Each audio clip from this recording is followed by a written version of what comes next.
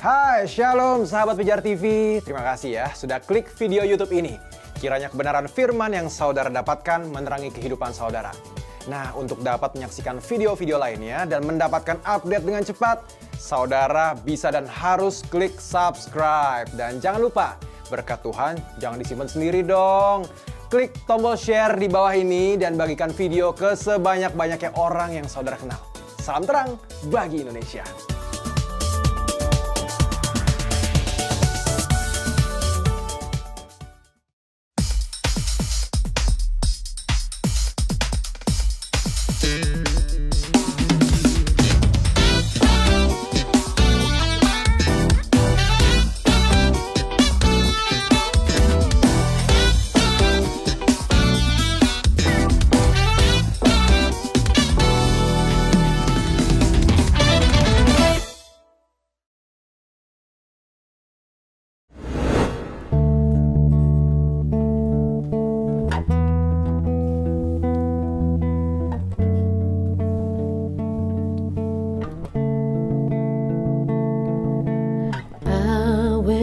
Build my life upon your love.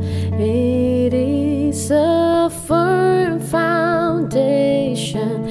I will put my trust in you alone, and I will not be shaken. I will build my life upon your love. It is a firm foundation. I will put my trust in you alone, and I will not be shaken. Holy, there is no one like you. There is none beside you. Open up my eyes in wonder. Show me who you are and fill me with your heart and lead me in your love to those around me. Holy, there is no one like you. There is none beside you. Open up my eyes in wonder. Show me who you are and fill me with your heart and lead me in your love to those around me. I will build my life upon your love. It is a firm foundation, and I will put my trust in you alone, and I will not be shaken.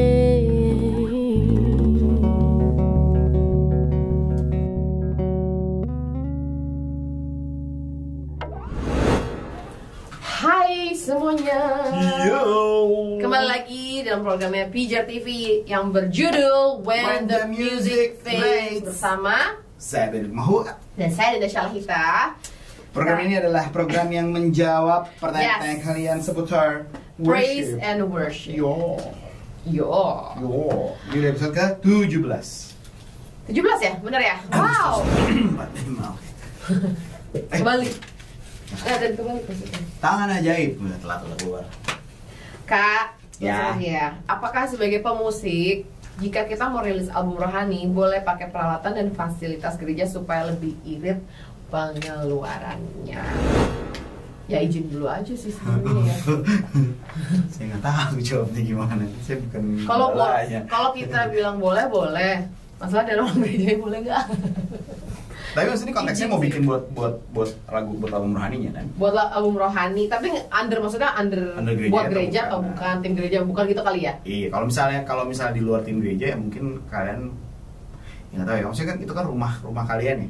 Ya nggak, kalau tiap gereja itu kan rumah kita masing-masing. Kalau itu rumah kalian dan kalian harusnya pasti kalau kalian jelasin intensinya dan maksudnya mungkin harusnya setiap gembala pasti akan dengan senang hati mengizinkan, karena itu fasilitas memang untuk digunakan Memuliakan. untuk memuliakan nama Tuhan.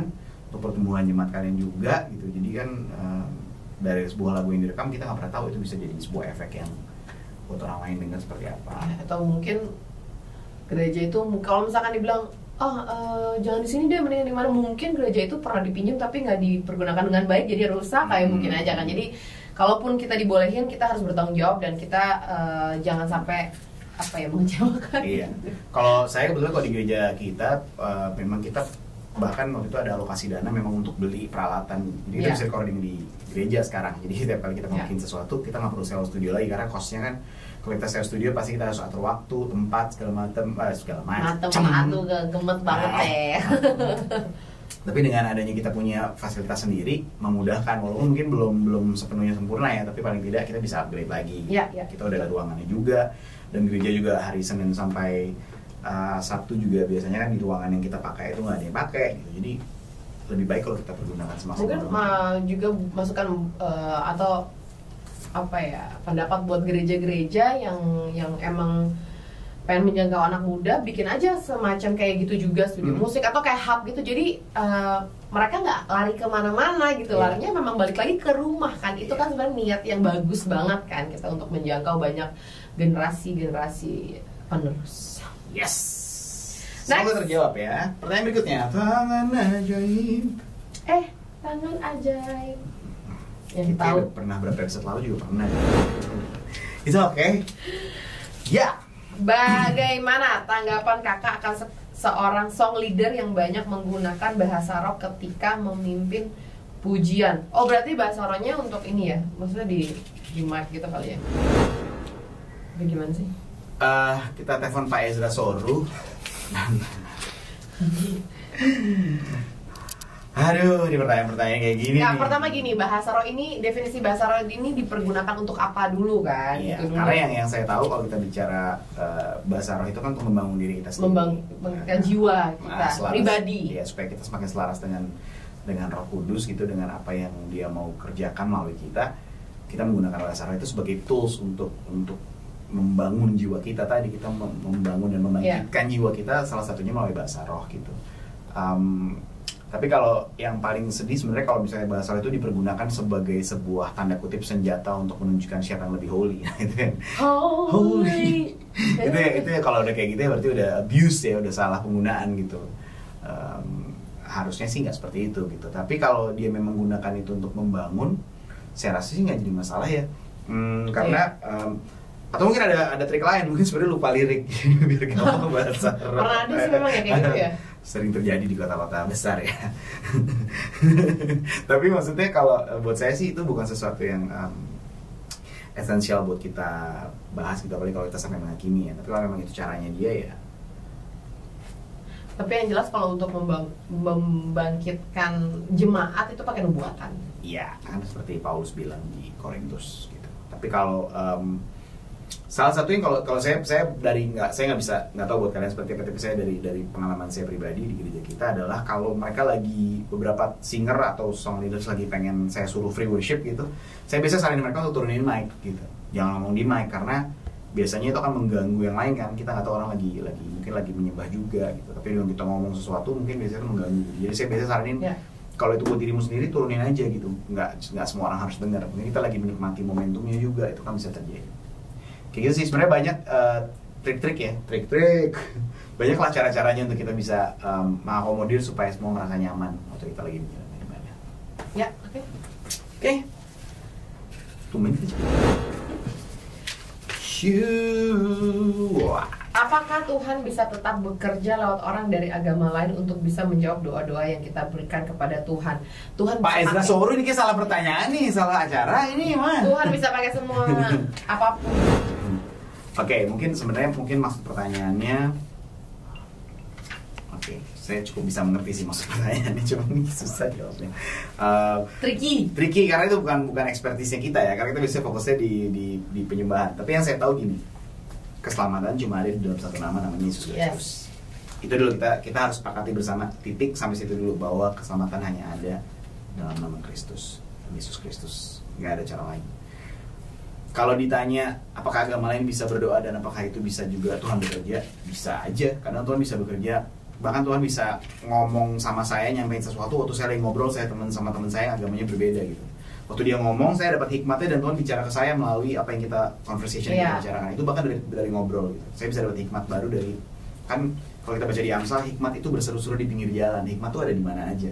Kita bisa ambil hikmat itu dari mana aja, nggak harus hanya dari satu orang tertentu, hanya dari kita doang atau kita gitu. Dan kita bisa dapat dari orang lain juga. Dan yang pasti gini, Tuhan mengasihi semua loh. Tuhan juga sayang sama mereka semua. Problemnya mungkin mereka belum kenal Tuhan aja, mereka belum kenal yang mengasihi mereka. Tapi kan Paulus juga bilang, tidak tahukah kamu bahwa kebaikan hati Tuhan adalah untuk menuntun kamu kepada pertobatan. Jadi sebenarnya mereka semua pun yang berada di agama lain pun, Tuhan lagi nuntun mereka nih, giring mereka untuk mereka bisa menuju pertobatan one day. Dan kita nggak pernah tahu, mungkin itu melalui kita, mungkin melalui teman-teman kita, mungkin melalui obrolan-obrolan kita, mungkin melalui kita menerima mereka mendoakan kita. Ya. Bisa aja. Saya cuma berani jawab segitu ya, tapi mungkin Mbak Dina mau tambahin? Enggak sih. Nanti kita telepon Pak Ezra Soro. Udah name drop berapa kali nih Ezra Soro nih? Pak Bambang mungkin Pak Bambang jadi yes.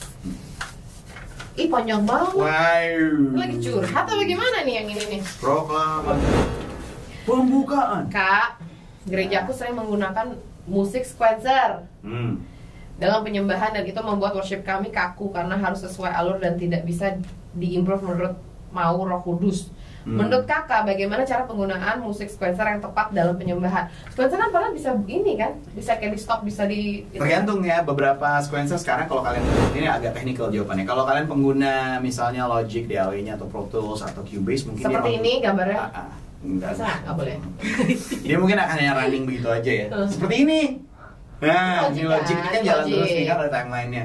Tapi kalau misalnya kalian menggunakan Ableton hari-hari ini, kok jadi promo ya? Ya, kan cuma hanya buat jelasin. Ableton kalau kalian denger ini jangan lupa buat support Band Music Fest. Lanjut. Ableton itu dia bisa digunakan sebagai live performance. Jadi kita bisa atur sebenarnya, kita tinggal tekan dia di satu tombol, kita tekan di satu bar sebelum harusnya masuk, itu dia bisa mengulang lagi. Jadi dia bisa jalan terus metronomnya dan kita bisa sesuaiin alurnya asal ada orang yang kontrol gitu. Tapi kalau saya pribadi juga, saya pengguna sequencer juga di gereja gitu, dan honestly speaking nggak semua lagu sih dipakein sequencer, karena memang ada lagu-lagu tertentu yang kita butuh flowing, kita butuh biarin Roh Kudus bekerja dan menuntun kita, apakah tiba-tiba free worship atau bahkan tiba-tiba nyambung ke lagu baru, itu sangat mungkin banget gitu. Kalau buat saya sih sequencer itu lebih gini ya, itu kan bukan pengendali utama. Harusnya jangan sampai kita dikendalikan sequencer, tapi sequencer itu mensupport kita gitu, karena kan kita yang bawa penyembahan ini dan kita yang mau engage seperti apa dengan jemaat, dan kita mau bawa penyembahan itu buat Tuhan gitu. Jadi kalau buat saya fungsinya lebih sebagai pelengkap sebetulnya sequencer, dan jujur aja saya baru pakai kok 2 ibadah kemarin kita baru pakai sequencer, tapi nggak semua lagu, hanya di 2 lagu pertama misalnya, sisanya besok kita tetap ada yang flowing gitu. Jadi harusnya penggunaannya lebih seperti itu sih, lebih mengakomodir kebutuhan kita, bukannya dia menjadi mainnya gitu. Karena kalau jadi pasti jadi kaku, karena kita jadi kayak, belum lagi orang mungkin jadi akhirnya SL atau WL-nya jadi kayak kadang-kadang suka jadi kayak nggak berfungsi dengan baik, karena dia nggak bisa arahin dia mau kemana. Mungkin dia lagi dapat turunan Roh Kudus, kayaknya chorusnya harus ulang 3 kali lagi, tapi nggak bisa karena sequencernya bilang udah habis gitu. Jadi kalau menurut saya jangan sampai itu menghambat gitu. Harusnya sequencer itu membantu, bukan malah menyulitkan. Mungkin kapan-kapan dari tim Pijar TV bisa memfasilitasi workshop tentang ini gimana? Ya kan? Setuju? Kau setuju? Kalau setuju, komen di bawah. Komen di bawah, kasih jempol. Oke. Next, satu lagi ya? Masih bisa? Atau 2? Satu masih bisa kayaknya, Bu. Masih. Ini udah dapat pertanyaannya. 5 bahkan. Kak. Wow. Kak, aduh. Iya, Kak. Kak, saya punya teman nih yang dia sepertinya sudah kepahitan dan keadaan gereja saya, sehingga dia tidak mau lagi melayani gereja saya, paham. Sementara saya ingin sekali dia masih lanjut untuk pelayanan di gereja. Bagaimana solusinya? Ya Kak, ngobrol. Semua bisa diselesaikan di meja makan. Mazmur 23 bilang apa? Mazmur 23 bilang Tuhan menghidangkan makanan di hadapan musuhku. Jadi semua bisa selesai di meja makan. Temanku. Jadi semua bisa diselesaikan di meja makan. Kalau menurut saya sih, karena kalau orang kepahitan gitu, berarti mungkin ketika dia lagi baru mulai pelayanan, mungkin yang dia taruh pengharapannya ada di manusia. Karena kalau manusia itu mengecewakan sih menurut saya. Mungkin fondasinya salah gitu. Iya, karena gak ada manusia yang sempurna, gak ada gereja yang sempurna, udah pasti. Setiap gereja pasti punya flow-nya gitu. Waktu kita ngeliat dari luar, mungkin kita gila gerejanya keren banget. Begitu gabung ke dalam, loh kok? Itu sering terjadi di kota-kota besar. Tapi ya jangan itu yang menjadi esensinya gitu. Mungkin kamu bisa nasihatin teman kamu untuk bilang bahwa tetap ketika kita melakukan ini, Kalau 3:23 bilang apapun juga yang kamu perbuatlah seperti untuk Tuhan dan bukan untuk manusia. Mungkin kita bisa nggak suka sama orangnya, tapi ketika kita ada di sebuah tempat kita melayani, ada alasan Tuhan taruh kita di situ. Gitu. Mungkin hal seperti itu bisa kamu komunikasikan bahwa intinya kita bukan sedang membantu sebuah gereja, tapi kita sedang melayani Tuhan gitu melalui pelayanan kita, dan kita melayani jemaat yang datang mau kenal sama Tuhan. Dan benar, cara terbaik adalah ajak duduk. Tapi kalau misalkan ajak makan. Kalau misalkan memang dia tetap memilih untuk mau keluar dari gereja, ya nggak apa-apa juga. Yang penting maksudnya jangan sampai kita terintimidasi juga gitu loh. Karena memang itu free will mereka juga. Mungkin saat itu kita yang menyiram ya kan, tapi pertumbuhannya di tempat lain itu juga. Betul. Yang penting tetap mendoakan aja temennya, ya kan, tetap di on the right track. Suruh nonton aja episode ini. Buat kamu. Mungkin juga teman kamu yang kepahitan itu juga buat teguran buat lingkungan gereja lagi. Untuk kenapa? Membangun, untuk maksudnya ada apa nih? Ternyata emang mungkin kita selama ini pernah menyakiti dia, jadi kita coba kita juga berubah atau jadi apa. toksik nih hubungannya misalnya. Iya, jadi mungkin kita sama-sama lah saling introspeksi dia. Iya. Mantap, terima kasih buat semua pertanyaan yang sudah masuk. Dan buat kalian yang bertanya. Kamu nanya. Kamu sebenarnya mendapatkan merchandise ini. Ini ada tote bag. Ya. Lalu ada. Dan spesial banget buat episode ini karena bakal dapat handphone.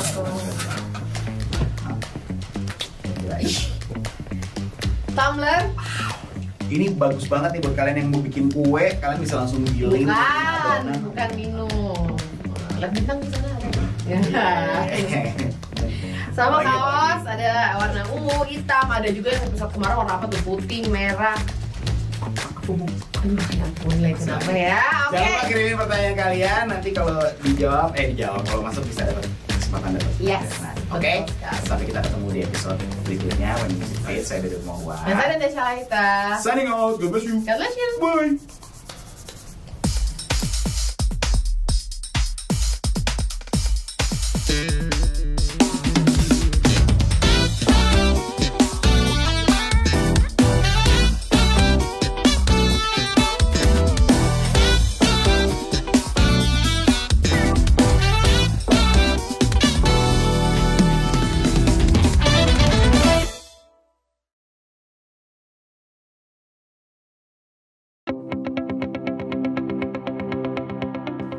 Sahabat Pijar TV, terima kasih sudah menjadi pemirsa setia program-program Pijar TV. Kami sungguh rindu agar saudara bukan saja diberkati dengan menyaksikan program-program ini, tetapi juga dapat berinteraksi dengan kami untuk berdiskusi dan bahkan didoakan melalui WhatsApp dan telepon yang tertera di layar kaca ini.